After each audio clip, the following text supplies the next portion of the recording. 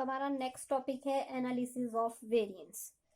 The analysis of variance frequently referred to by the contraction ANOVA is a statistical technique specially designed to test whether the means of more than two quantitative population are equal. Means when a researcher want to compare the difference between more than two sample means, t-test will be useful and a need of alternative test will be felt.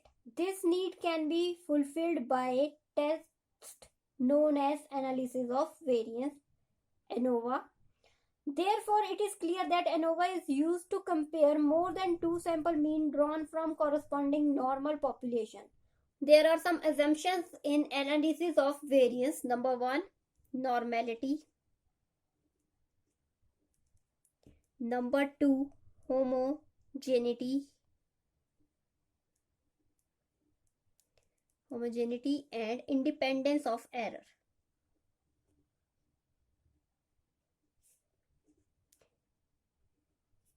Three assumptions. It may be noted that theoretically speaking, whenever any of these assumptions is not met, the analysis of variance technique cannot be employed to yield valid inferences. It is indeed fortunate that many economic and business experiments do confirm at least a proximity to these premises. In such a case, in experiment work, departure from these assumptions also exist. In such situation, the analysis of variance can still be applied after a transformation of the data. In practice, it has been observed that one or more of these assumptions can be bent without appreciable loss in the adequacy of the F-test. The researcher tries to meet the assumption of the F-test, but the usually finds that if the data are reasonably close to meeting the assumptions, his conscience based on the F-test are not markedly affected. If the underlying distribution are bimodal or very skewed, the F-test result may not be valid. Conspicuously greater the variance around the sample mean, the samples must be relatively speaking widely dispersed around the grand mean. Next है आपका techniques of ANOVA. Techniques of ANOVA आपका next है. यहाँ आपके पास one way ANOVA and two way ANOVA, two ways है. One way ANOVA और classification and two way ANOVA. सबसे पहले हम वन वे एनोवा की बात करें.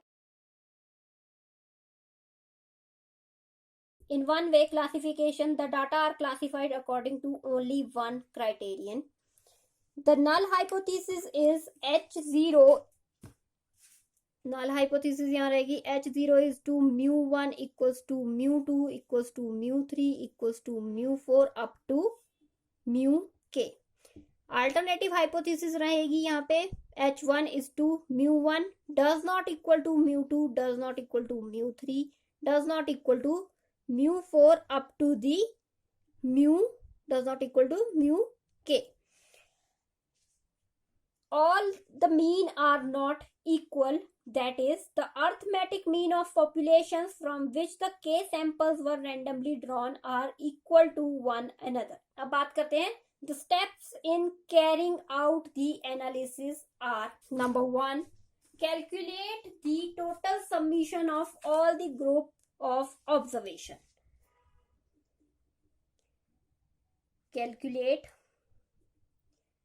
the total of summation of all the groups of observation. Step 2 रहेगा आपका calculate the sum square of all the observations. Step 3 रहेगा आपका calculate the total .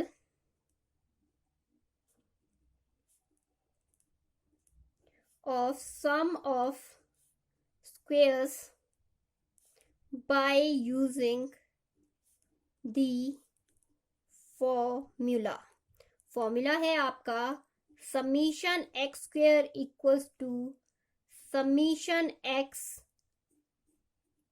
का square over N. Next step है आपका calculate the sum of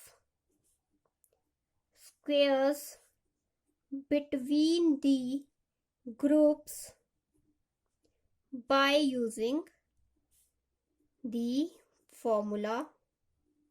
formula रहेगा यहाँ summation x1 bar का square over n1 plus summation x bar 2 का square over n2 plus summation x bar 3 का square over n3 and so on up to summation x बार जो भी आपका last रहेगा k square over n k. ये आपका formula रहा calculate the sum of square between the groups करने के लिए. नेक्स्ट स्टेप है आपके पास fifth step calculate the sum squares with in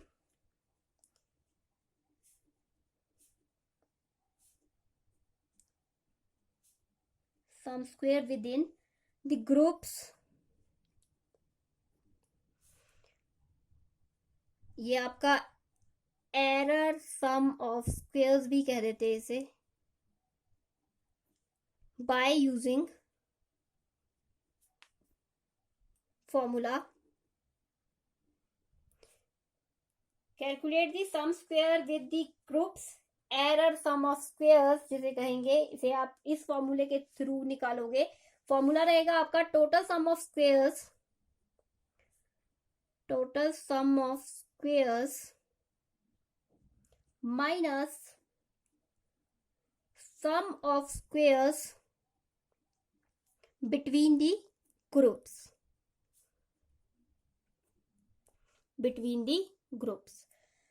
इसके बाद आपका नेक्स्ट स्टेप है sixth step calculate the degree of freedom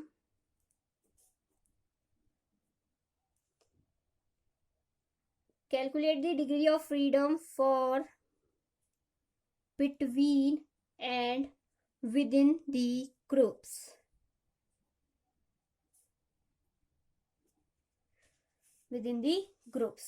अब यहाँ आपके पास degree of freedom for between the groups का फॉर्मूला रहेगा. बिटवीन द ग्रुप्स का फॉर्मूला है number of groups -1. Degree of freedom for within the groups इसका फॉर्मूला रहेगा आपका number of subjects in all the groups minus number of groups degree of freedom total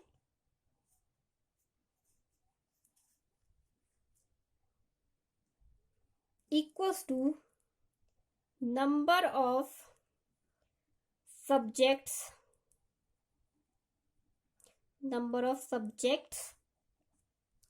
in all the groups -1. Degree of freedom with in the groups के लिए आपका formula रहेगा number of subjects in all the groups minus number of groups degree of total. ये degree of total निकालने के लिए आपका formula रहेगा number of subjects in all the groups -1. Seventh step रहेगा आपका calculate the mean of sum of squares by using formula. Formula है यहाँ mean of sum of squares between the groups. जब आपने between the groups निकाला है तो formula रहेगा sum of squares between the groups divided by degree of freedom for between the group. Mean of sum of squares within the group. इसके लिए formula रहेगा sum of squares within the groups divided by degree of freedom for within the groups. 8th step होगा आपका finally compute the F ratio by using formula. यहाँ F ratio का formula है आपका F ratio of squares equals to mean of sum of squares between the groups divided by mean of sum of squares within the groups. ये आपका formula बना. इतने सारे step करने के बाद आपके पास एक एफ रेशो आई. इस एफ रेशो का आप कंपैरिजन करोगे अपने टेबल वैल्यू से और अपना इन्फेरेंस निकाल दोगे. If calculated F value is more than the table value, if calculated F greater than the table value of F, particular degree of freedom पे ही चेक करोगे आप. कैलकुलेटेड वैल्यू बड़ी है, टेबल वैल्यू छोटी है, तो नल हाइपोथेसिस आपकी reject होगी और अल्टरनेटिव हाइपोथेसिस एक्सेप्ट होगी. Calculated value of F is less than the table value of F, then H0 is accepted. अब इसके लिए एक क्वेश्चन करेंगे और क्वेश्चन के थ्रू इस सारे के सारे प्रोसेस को समझेंगे. तो अब यहाँ आपके पास वन वे एनोवा का एक क्वेश्चन दिया गया है. To assess the significance of possible variation in performance in a certain test between the grammar school of a city, a common test was given to a number of students taken at random from the senior 5th class of each of the 4 schools concerned. The results are given below. Make an analysis of variance of data. तो school है आपके पास A, B, C, D, उनके different students का आपके पास data दिया गया है. तो अब हमने इस डाटा से अपना एक कंक्लूजन निकालना है. तो यहां सबसे पहला आपका स्टेप रहेगा सैंपल वन जो है आपका, उसे आप बनाओगे x1. तो x1 की वैल्यूज होगी आपकी 8, 10, 12, 8, 7. सैंपल 2 आपके पास आ गया x2, 12, 11, 9, 14, 4. सैंपल 3 हो गया आपके पास x3, यह हुआ 18, 12, 16, 6, 8. सैंपल 4 है आपके पास x4, 13, 9, 12, 16 एंड 15. ये आपके पास वैल्यूज आ गई. अब क्वेश्चन का काम खत्म, आंसर शीट पे आ जाते हैं. आपने सारे के सारे अपने सैंपल्स बना लिए. अब आपने क्या करना है, जितने भी सैंपल्स बनाए इनका समीशन x निकालना है. तो समीशन यहाँ पे आपका टोटल यहाँ समीशन x1 है आपके पास. समीशन x1 इक्वल्स टू इसकी वैल्यू, समीशन x2 की वैल्यू, समीशन x3 की वैल्यू, समीशन x4 की वैल्यू. ये सारी वैल्यूज आपको चाहिए हैं, तो आप इन सब वैल्यूज को फाइंड आउट कर लीजिए. फर्स्ट केस में आपका टोटल हुआ है 45, सेकंड केस में आपका टोटल है 50, थर्ड में 60 एंड लास्ट केस में है आपके पास 65 टोटल. अब आपने n देखना है. n है आपके पास 1, 2, 3, 4, 5, ऑल केसेस में 5. अब आपने मीन वैल्यू फाइंड आउट करनी है. तो समीशन x ओवर n करके आप मीन फाइंड आउट करोगे. तो फर्स्ट केस के लिए आपका मीन बनेगा 9. सेकंड केस के लिए आपके मीन की वैल्यू आई है ये मीन 1 हो गया, ये मीन 2 10, मीन 3 आपके पास आएगा 12 एंड मीन 4 आपके पास आएगा 13। मीन निकल गया। अब आपने ग्रैंड मीन निकालना है, ग्रैंड मीन। अब ग्रैंड मीन निकालना है तो इसे डबल बार से डिनोट करते हैं। एक्स बार सिंगल मीन, ग्रैंड मीन है तो डबल बार कर देंगे। डबल बार का फॉर्मूला है x bar 1 plus x bar 2 plus x bar 3 plus x bar 4 divided by N.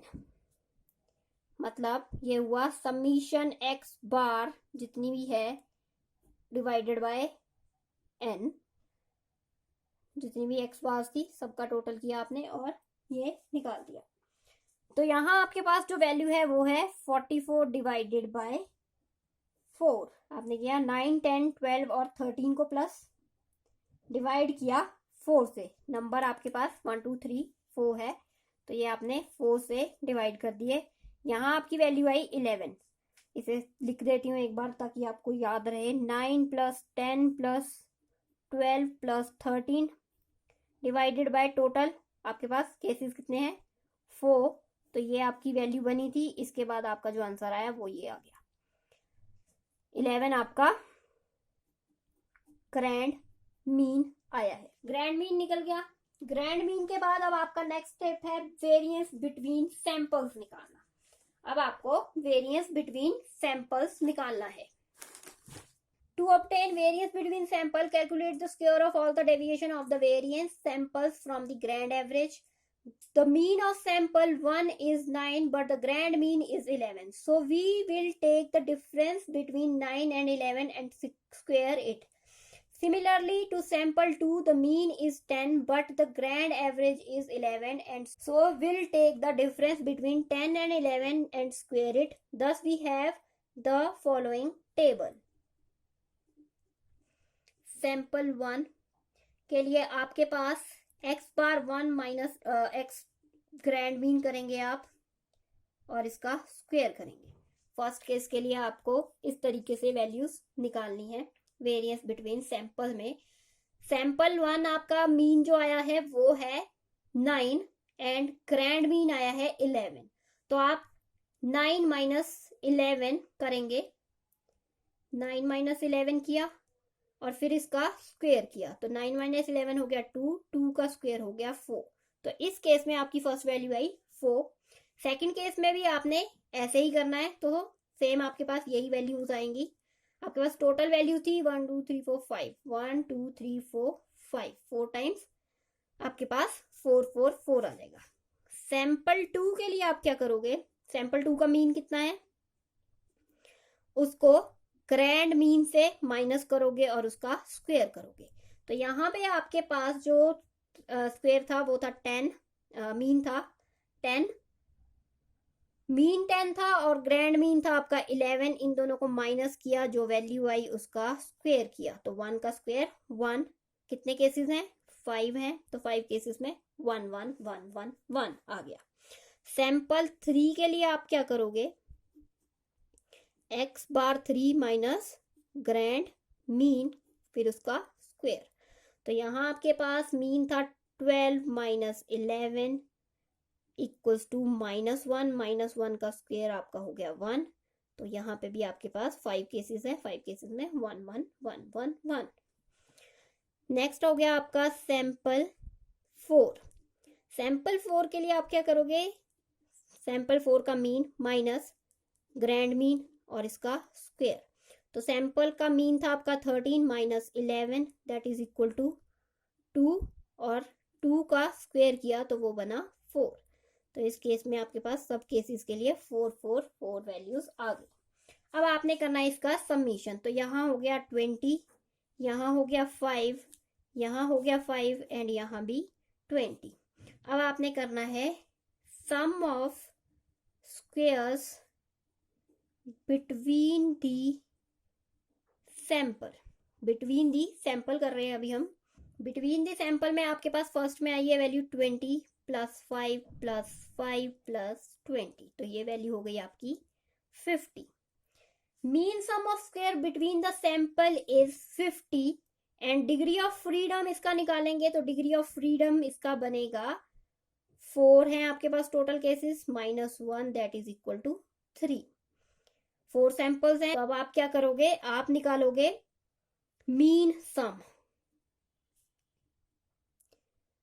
Some of squares between the sample. तो ये वैल्यू आई आपकी 50 डिवाइडेड बाय 4 - 1 आपका 3 आया है, तो 50 divided by 3 that is equal to 16.7। एक वैल्यू आपके पास ये आ गई। अब नेक्स्ट आपने निकालना है variance within the sample. Next page पे करते हैं।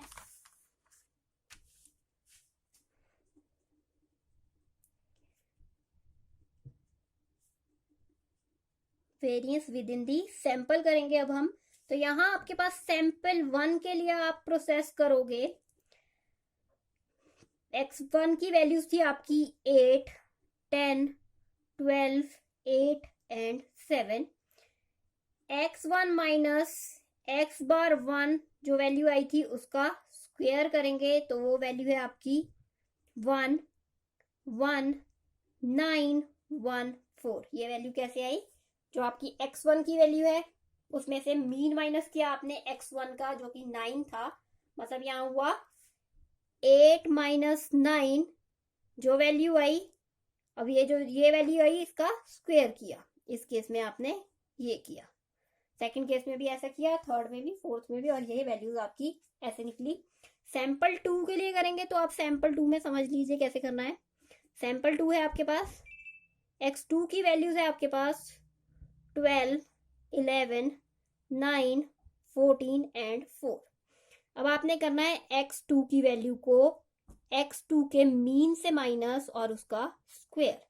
तो यहां आपके पास x2 की वैल्यू है 12, मीन है हमारा 10, तो ये आई वैल्यू 2 का किया स्क्वायर तो ये हुआ 4। नेक्स्ट केस में 1 आएगा, उससे नेक्स्ट में 1, फिर 16 एंड देन 36। सैंपल 3 के लिए करेंगे हम। सैंपल 3 में आपकी x3 की वैल्यूज हैं 18, 12, 16, 6 एंड 8। अब आपने करना है x3 माइनस x बार 3 फिर उसका स्क्वायर। तो यहाँ आपके पास वैल्यू है 18, मीन था आपका 12, तो 18 में से 12 गए ये बने 6 का किया स्क्वायर तो ये हुआ 36। नेक्स्ट में 0 हो जाएगा, उससे नेक्स्ट में 16, फिर 36 and then 16।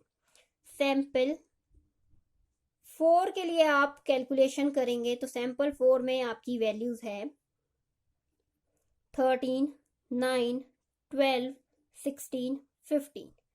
x4 minus x बार 4 करेंगे और उसके बाद उसका स्क्वायर करेंगे, तो यहाँ वैल्यू है 13 minus 13 that is equal to 0, 0 का स्क्वायर 0। नेक्स्ट केस में 16 हो जाएगा, नेक्स्ट में 1, देन 9 एंड 4। अब आपको चाहिए है इन वैल्यूज का समीशन, तो आप करोगे summation x1 minus x1 bar का square that is equal to ये वाली जो भी वैल्यूज आई हैं इनका टोटल। फर्स्ट केस में 16 आ गया, इस केस में है आपका summation x2 minus x bar 2 का स्क्वायर, तो ये वैल्यू आई आपकी 58। थर्ड केस है आपका summation x3 minus x bar 3 का स्क्वायर इक्वल्स टू 104। नेक्स्ट है समीशन x4 माइनस x बार 4 का स्क्वायर इक्वल्स टू वैल्यू आई 30। इस तरह से आपके पास वैल्यूज आ गई। अब आपने करना है total sum of squares within the sample, with in the sample. तो ये वैल्यूज आई आपके पास 16 प्लस 58 प्लस 104 प्लस 30, तो आपका जो टोटल आएगा ये आएगा 208। थर्ड वैल्यू मिल गई।